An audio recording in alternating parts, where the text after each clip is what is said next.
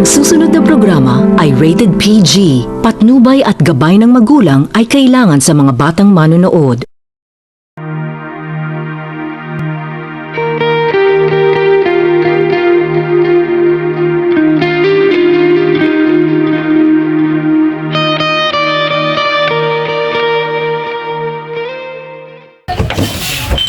Anak, kumusta ka na? Okay lang naman po, Tay. Sa wakas, malapit ka na rin makapagtapos sa elementarya. Kahit na napakahirap ng buhay ay nagsisikap ka pa rin para makapagtapos sa iyong pag-aaral. Kaya proud na proud talaga ako sa iyo, anak. Nako! Dagdag gastos lang yan! Huwag ka na magpatuloy sa pag-aaral! Alam mo namang hirap-hirap ng buhay natin! Wala pa akong katulog dito sa bahay! Sa pag-aalaga ng mga kapatid mo! Ang liliit pa! Hindi mo naman iniisip yung mga gastusin! Hayaan mo na lang ang nanay mo, anak. Ako nang gagawa ng paraan para makapagtapos ka sa pag-aaral. Opo, Tay.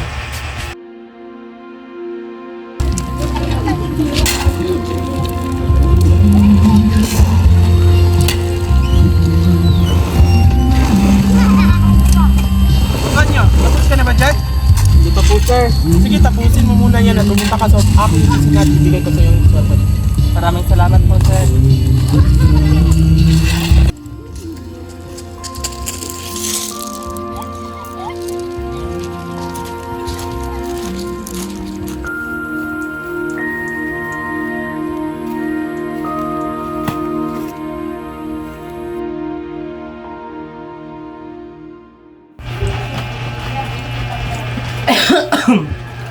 Ella, anak, malapit ka nang pumunta sa ibang bayan. Sana ay mag-aaral ka doon ng mabuti at mag-iingat ka roon. Mahal na mahal kita.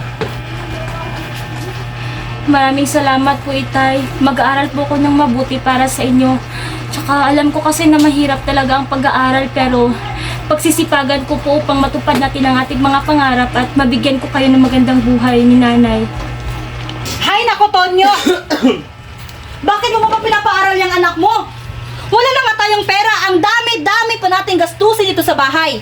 Eh yung perang ginagastos mo sa kanya ay pinabili mo na ng pagkain, tayo pa ang mabubusog. Lahat tayo mabubusog. Pwede ba, Celia? Tumahimik ka?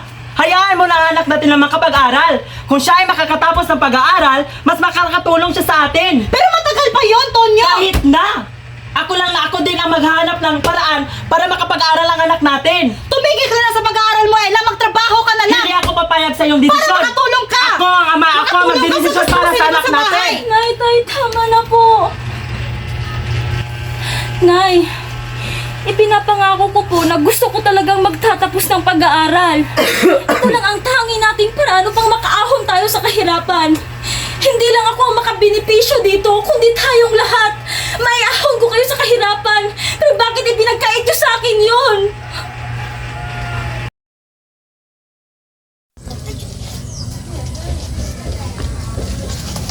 Balik ngay.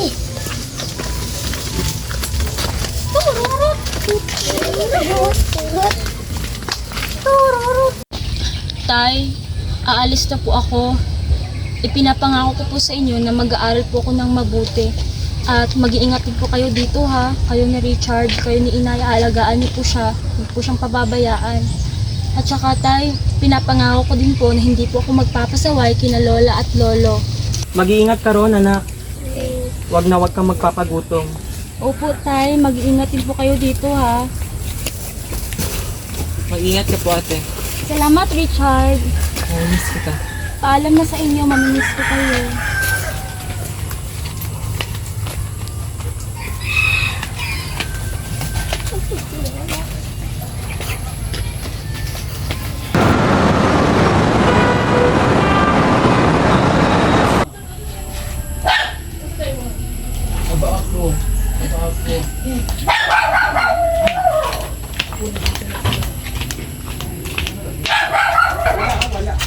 Lola, Lolo, andyan po ba kayo?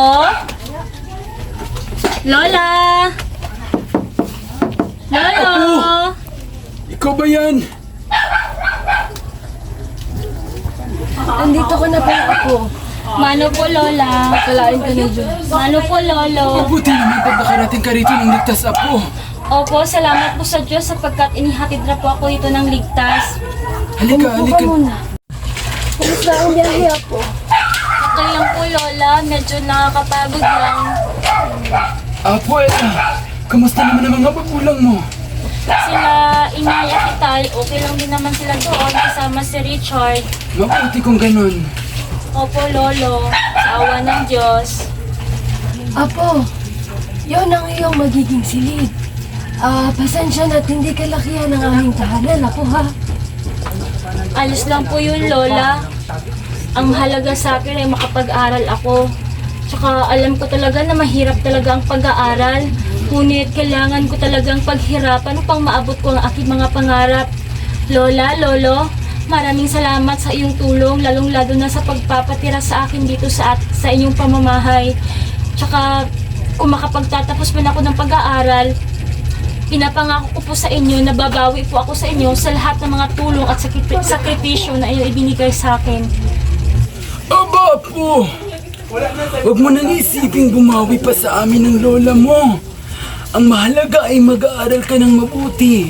Huwag ka mag-aalala dahil aalagaan ka namin ng lola mo. Matanda na kami. Sa bagay, kaming dalawa na ng lola mong nakatira rito. Ngunit apo, hindi ka namin matutulungan sa mga gastusin sa iyong pag-aaral. Alam mo naman yun, di ba? Alam mo namang mahirap ang buhay dito. Okay lang po yun, Lolo. Pagsisikapan ko naman po makakuha ng scholarship para hindi na po kayo maabala ng sobra. At saka gusto ko talaga paghirapan ng pag-aaral ko upang makapagtapos ako, Lolo.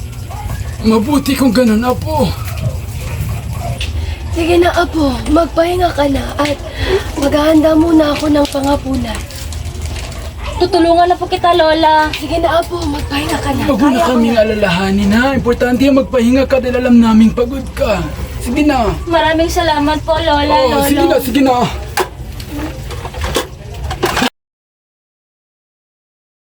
Lola, kain na po tayo.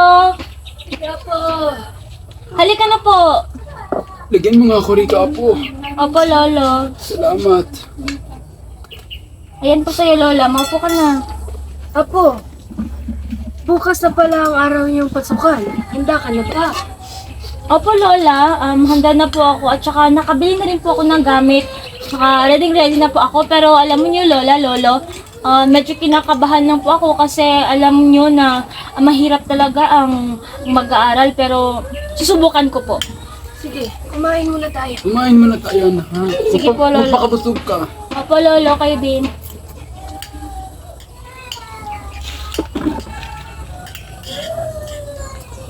Teka lang, Lolo, Lola, ha? Kumuha naman akong tubig sa tila. Iya po. Talaga ako makapaniwalang bukas na talaga ang pasukan ni Ella.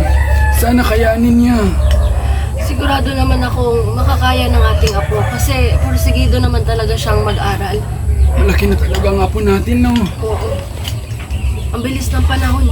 Yang... Ayan po, Tobe. Initin na pa ng tubig.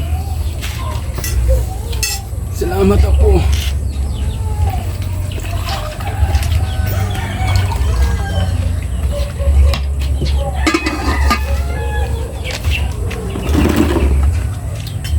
Tapusin mo na yung kinakain mo at mamaya-maya ay magpapahinga ka na, ha? Naku po, Lolo, tutulong na po ako dito sa gawain. Kami na ng lola mo ang bahalang magligpit rito. Naku, Lolo, nakakahiya po. Tutulungan ko na po kayo. Sige na, apo. Hindi na. Magpahinga ka na doon. Sige na. Magpahinga ka na nang maaga kang magising bukas. Maraming salamat po, Lolo, Lola. Magpahinga ka ha, ng maayos.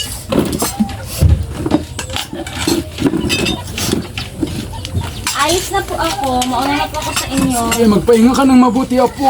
Opo, Lolo. Opo, Lola. Lilinisan muna namin ito.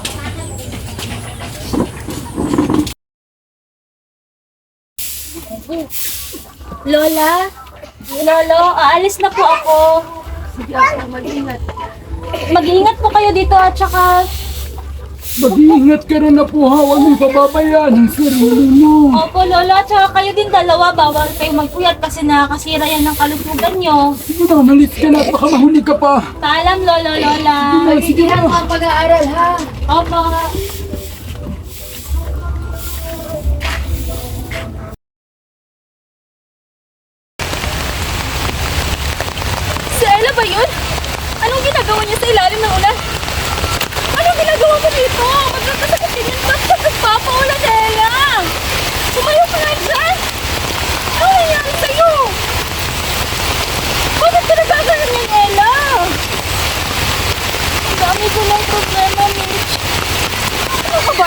Bakit na problema ay may solusyon, Ella? Pinapahamak mo lang yung sarili mo eh. Hindi na alam ko ano gagawin ko. Naku naman, Ella. Wala akong malalapitan. Kahit ko na naman ako. Pero bakit hindi mo ako kinakausap bilang kaibigan mo sa mga problema mo? Wala naman. Alam mo kasi nahiya ako sa'yo. Okay lang yun, Ella. Nandito lang ako. Maraming salamat, Miss.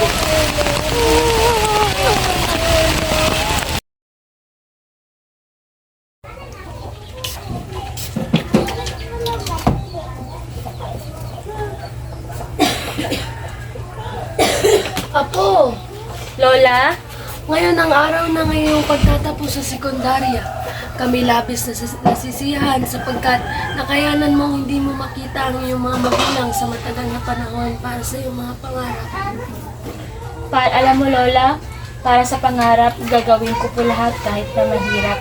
At alam ko, nasasabik na rin po kasi ako nakita sila ama.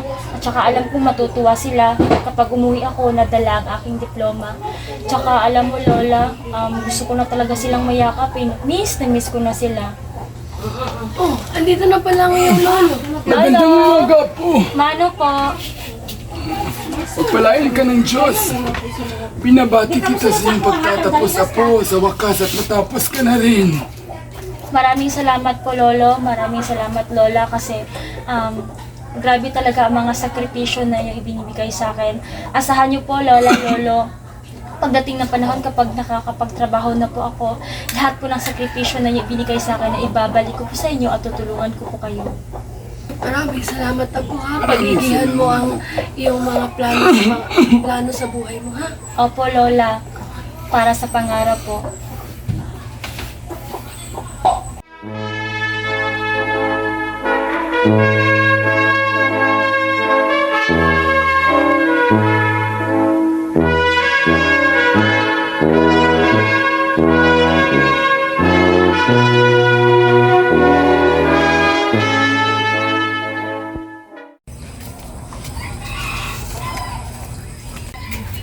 Nay, Tay, Richard, andito na po ako. Uy ate, andyan ka na pala. Oo, ngayon lang. Binabati kita sa iyong pagtatapos sa sekundarya. Maraming salamat, Richard. At saka, nandun pa ba si Inay at saka si Itay? Sa loob sila ni nanay, nasisilip. Sige, sige. Itay, nandito na po ako. Tonyo, hindi na sa Ella. Itay, kumusta ka lahat? Ano nangyari sa'yo, Tay? Bakit ka namumutla ka? Tsaka nung umalis ako dito, hindi ka naman ganyan ah. Ano bang nangyari sa'yo, Tay? Huwag mo kong alalahanin, anak. Pagkat ako'y natutuwa at makauwi kang ligtas. Ako'y nagagalak na sa iyong pag-uwi. Kumusta na pala ang pag-aaral? Okay lang po ang aking pag-aaral, Tay. Nakapagtapos na po ako ng sekundarya at saka nagmamadali po kung umuwi dito sa atin kasi miss na po kita. Miss na miss ko na din po si Inay. Miss na rin kita, anak. At binabati kita sa iyong pagtatapos. Maraming salamat po, Tay. Bakit ano po bang nangyayari sa inyo? Bakit po nagkakaganyan? Bakit hindi naman lang kayo tumawag sa akin na si Inay o si Richard? Ayaw ko mag-aaral kasi pinag-aaral ang anak. Sige na, Tonyo. Magpahinga ka muna.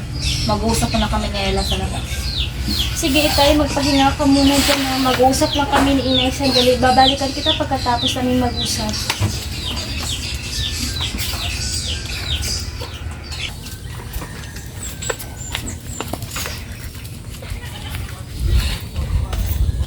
Nay, ano ba talaga ang tunay na nangyayari kay Tatay? Sabihin mo nga sa akin. Tinatanong mo.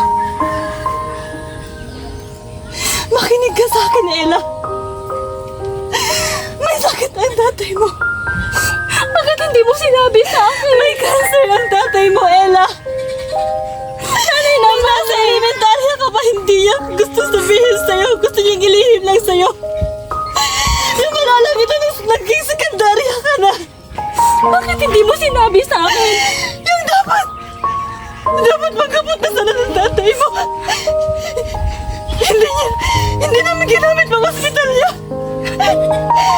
gusto kang makapagtapos ng pag-aaral. Gusto ng tatay mo nakapagtapos ka ng pag-aaral, Ella. Pero kaya ko isakripisyo ang aking pag-aaral para kay tatay.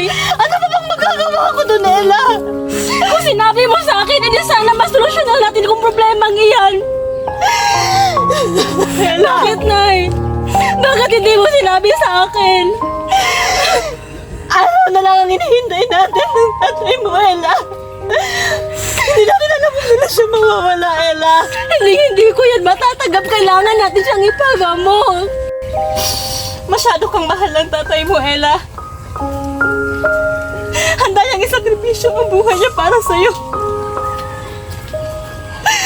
Araw na lang itatagal ng tatay mo, Ella, pero kailangan nating tanggapin kung anong pwedeng mangyari sa tatay mo. Hindi ko po yan matatanggap, Nay. Kailangan nating ipagamot si Itay. Hindi ko kayang mawala siya sa atin. Kailangan natin siyang ipagamot. Nay, hindi ko kayang mawala si Itay sa atin. Nay! Ate! Si tatay! Ano ang nangyari? Tonya!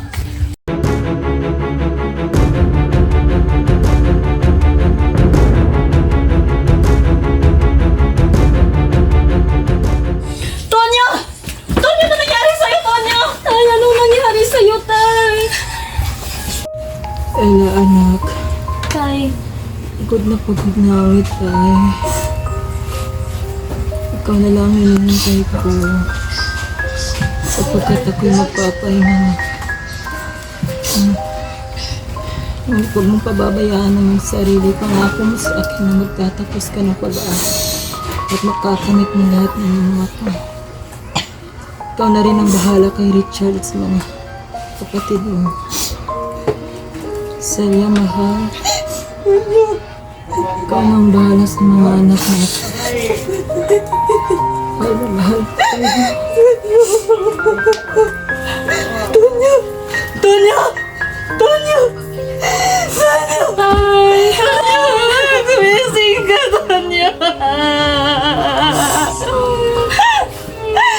Tonya! Pabigyan mo na mga anak mo, Tonya!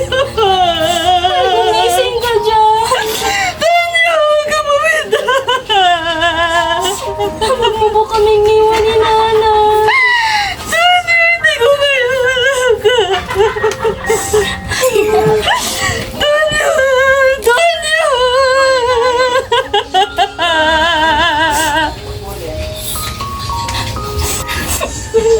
Tay, pinapangako ko po na mag-aaral po ako ng mabuti. Magtatapos po ako sa kursong abogado alang-alang sa iyo. Sisikap ko, tutuparin ko ang mga pangarap natin kahit wala ka na. Lagi mong tatandaan, Tay. Mahal na mahal ka namin. Tatandaan mo yan. Tonya! Tonya!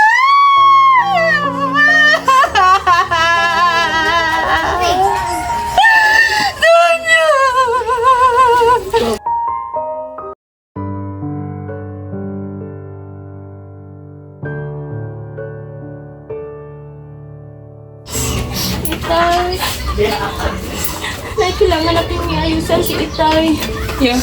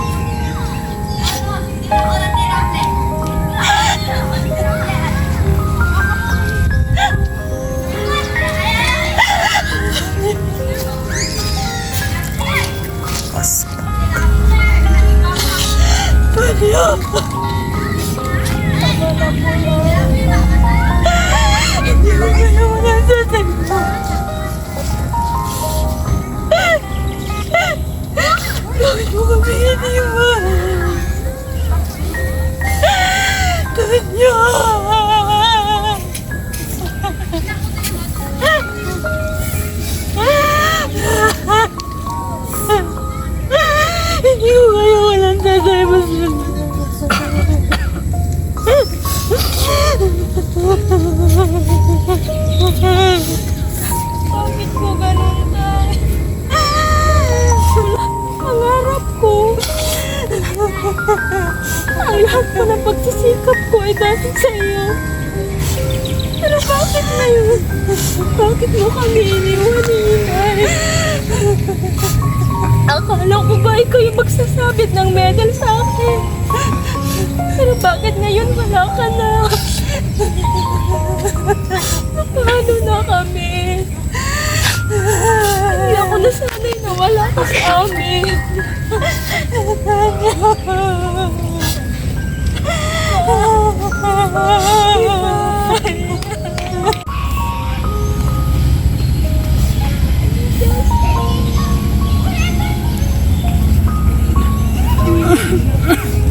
Tumahan ka na, Celia. Tumahan ka na. Tumayo ka na dyan. Saan na po ate? Tumahan na, Celia. Uuwi na tayo. Sige na, Celia. Kailangan din natin Tumayo ka na dyan. Bumalik ka na. Masakit man ito po, kailangan natin tanggap. Ika na.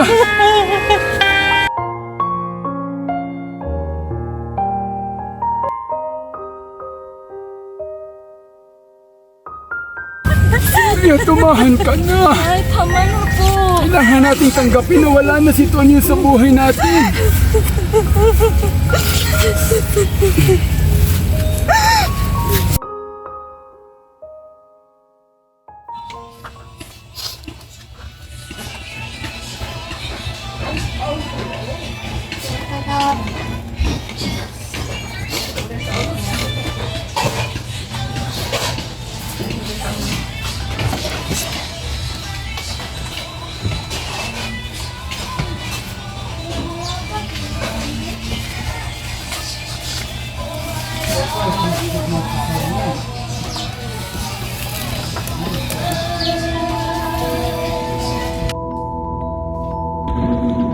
Mahal kong Celia, hindi ko alam kung hanggang kailan na lamang ako mamamalagi dito sa mundo dulot ng aking sakit.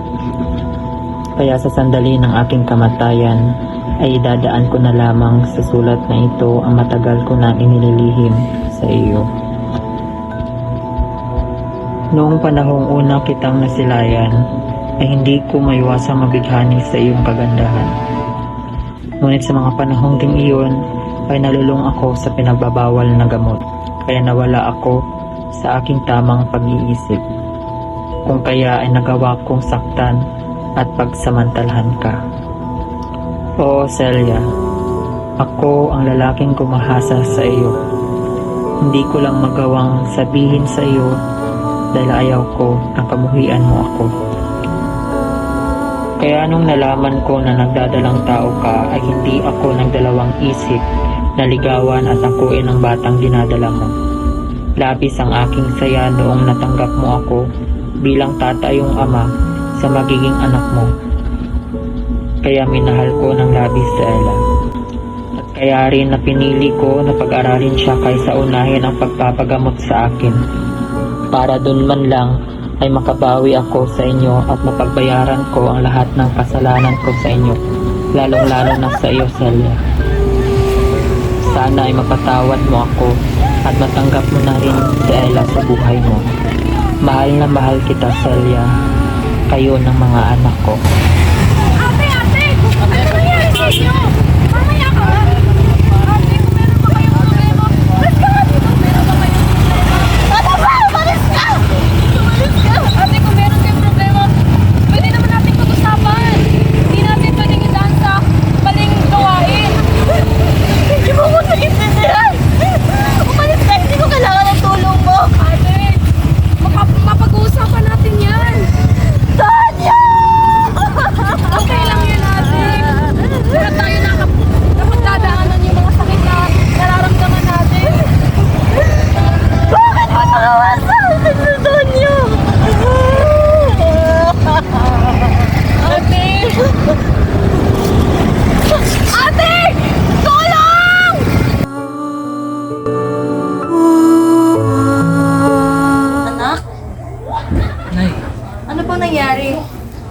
Nahimatay ka po kanina, Nay. Eto, inom ka muna ng tubig.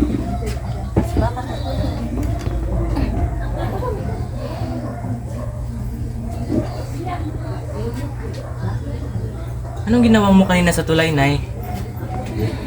Hindi ko na matandaan, anak. Basta pumunta ako kanina sa tulay tapos andito na ako ngayon, nakahiga na ako.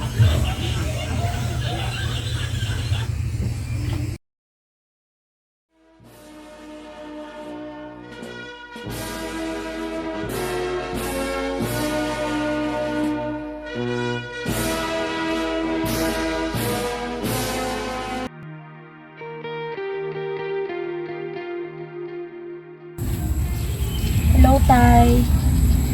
Dinadalaw kita ulit. Alam mo, namimiss talaga kita. At alam mo ba, Tay, natupad ko na lahat ng pangarap ko at saka yung pagiging abogado. Tinupad ko yun dahil sa'yo. At alam mo, Tay, nung buhay ka pa, maraming salamat talaga sa mga suporta na ibinigay mo sa akin. Hindi talaga nasayang ang paghihirap na ibinigay mo sa akin, Tay. At sana, Tay, sa aking susunod na mga desisyon sa buhay at sa aking trabaho, sana ay gabayan niyo po ko, kami ni Inay. Lagi mong tatandaan, Tay, mahal na mahal ka namin at hindi ka namin makakalimutan. Paalam na po, Tay.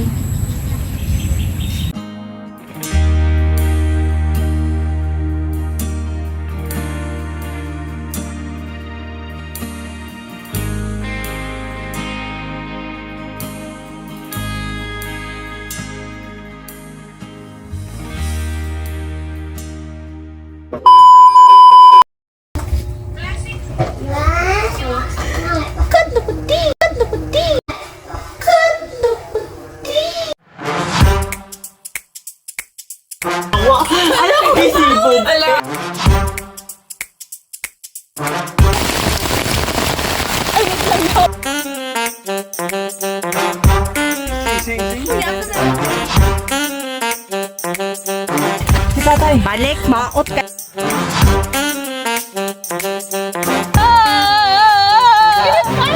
Bilis tayo lang!